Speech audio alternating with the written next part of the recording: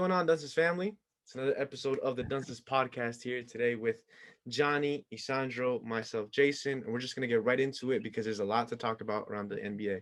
So the Dallas Mavericks guys, Donny Nelson, head of basketball operations, I believe, was there for 24 years, officially resigned, gone. Apparently, they said that it was mutual, but then he said that it wasn't. A lot of conflict between him and the owner, Mark Cuban, which we all know and love. But that's not all with Dallas. Rick Carlisle has officially parted ways, even though he still had 2 years left on his contract. But I guess something was brewing already between him, Cuban, and even Luka Doncic, their star player. So, guys, Rick Carlisle is gone. Don Nelson is gone. Luka, he's up for that, extension. Obviously, it's a lot of money that he can be making. But we saw that he loses in the first round 2 years in a row, back to back, and his Robin or his supposed Robin is not Kristaps Porzingis, obviously. So, what can we say about this Dallas Mavericks situation? I guess we can start off with the Carlisle thing because I think that's one of the biggest things right now. Where do you guys see Rick Carlisle going, or what does this mean for the Dallas Mavericks head coaching search? Like, where do you guys want to go with this? I think we should start off with Carlisle, where he should go. So, what do you guys think? I kind of Um, just want to know, like, why? Like, does anybody have any answers whatsoever? Maybe there's some speculation going on. Like, why is this Speculation. happening in Dallas? What do The, you guys spe- think? the speculation is the him and Luca weren't really, you know. Was that really a thing? I thought Luka was okay with him.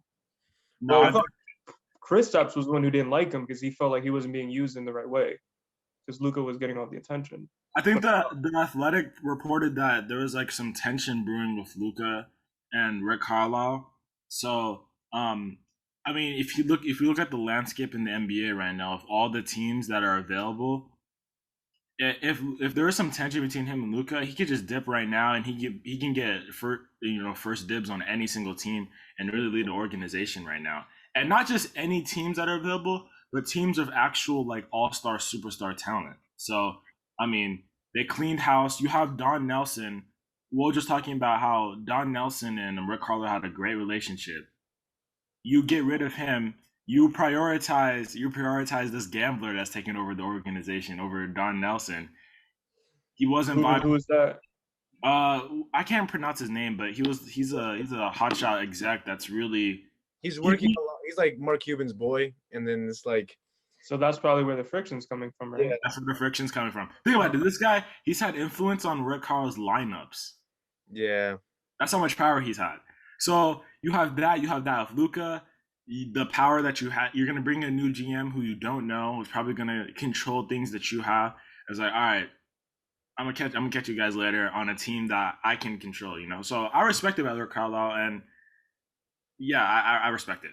Yeah, I mean, look, Rick Carlisle is still. I mean, his tenure there, he was the second longest tenured head coach after Popovich, right? Popovich has been there for basically his whole entire life. But Rick Carlisle was there for 13 years. Before that, though, many people forget he actually coached the Detroit Pistons and won Coach of the Year, and then got fired the year after. But my point is, Rick Carlisle is a great coach. He got a championship with Dallas.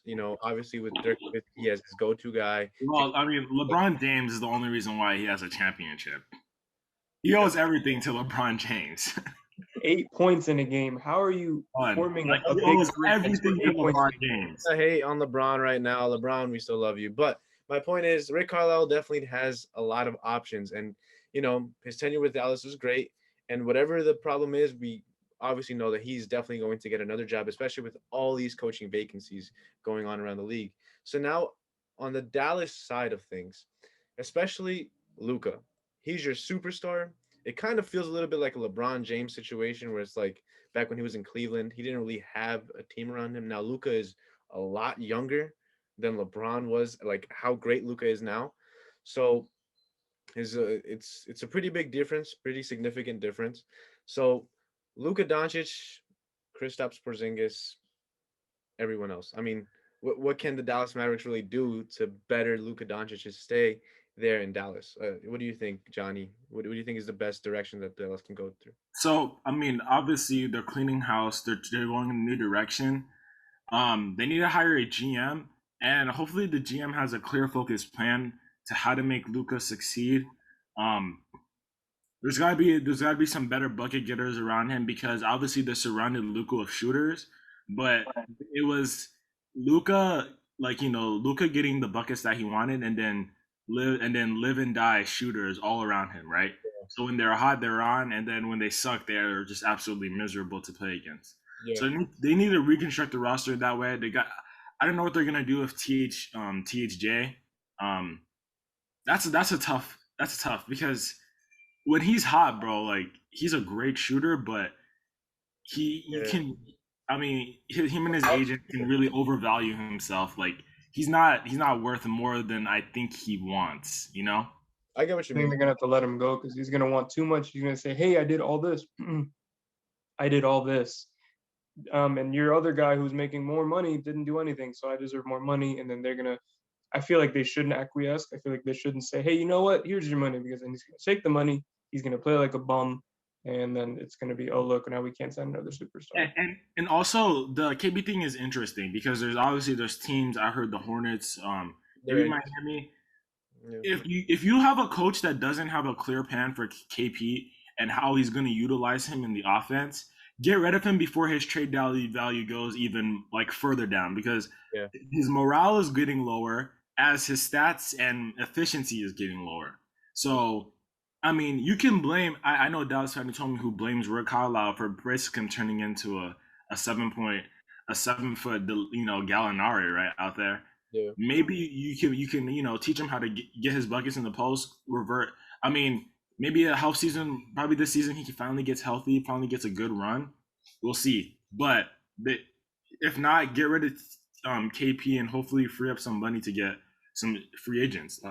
I don't know, maybe a DeMar DeRozan alongside Luka to get for a bucket getter. I mean, I'm throwing names out there. Well, the problem is he didn't want Porzingis in the post because Porzingis is so injury prone. So he said, "Okay, how do I keep this guy healthy and useful? So I guess just don't put him in any situations that he can get Well, injured."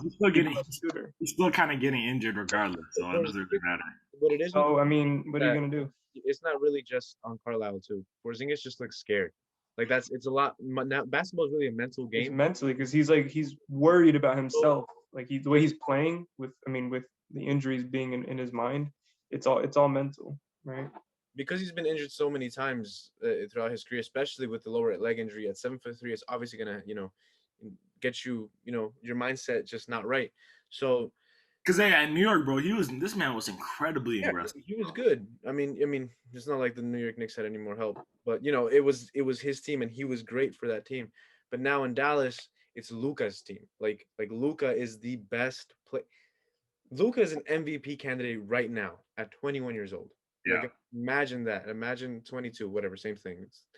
My point is that he is that great right now. Kristaps just isn't.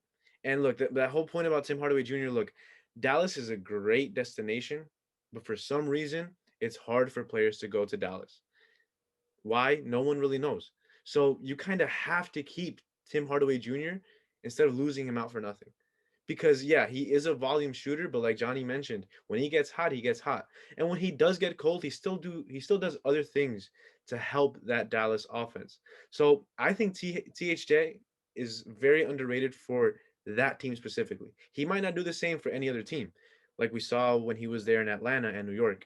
He wasn't really that, efficient. And over here in Dallas, as non-efficient as he is, he's still way more efficient than he can be in any other team because Luka makes the game so much easier for him. So I But think why invest all that money in THJ when you can invest in players, maybe cheaper players that you can put around Luka instead?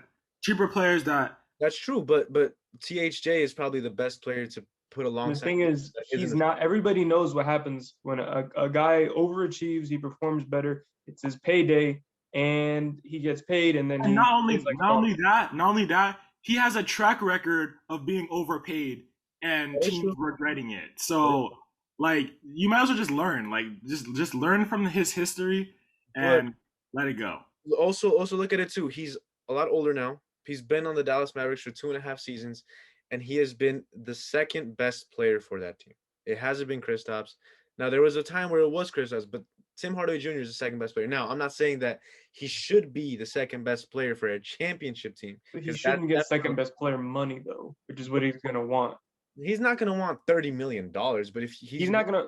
if he wants 20 million is still too much. He's more of like a 10, 15. 10, 15. But you also have to look at how the inflation He's not gonna want is 15. going for the NBA. Like the salaries increase, so obviously Tim Hardaway Jr. is gonna be like, okay, You know what the cap is going to be? So- because maybe they can just run something where they probably front load the money and then before Luka's contract extension, and then that's most likely what the contract would be, and I wouldn't be mad at that. Look, if you're paying Tim Hardaway Jr. 3 years, $56 million, I mean, how bad is that, especially for a lower market team? Yeah, that's not Dallas is a that great bad. team to play for, but players just don't want to go there. So I think the first thing they need to do is hire a GM and try to find pieces for Luka, which is just the most obvious answer. But also hire a coach that can either get the best out of KP or get him out of there, because Luka really needs help. And even though his prime is now, and it'll probably be out like for the rest of his career, honestly, that's how great. Barring any injuries, right? Of course, barring. I don't know. And another thing is, I don't know if if I'm a free agent, and like, is Dallas like for me? Like, do I really want to go to Dallas? Like, just watch The weather's beautiful, Texas. I mean, I would. First of all, Texas is not that attractive. Maybe the state income tax. But what it's what it is. state income tax, what it's near, what it's close to. And look, you're in the West Coast technically. You got Luka Doncic as the franchise cornerstone, and he is, bro. Luka is the real deal. I think we all see that.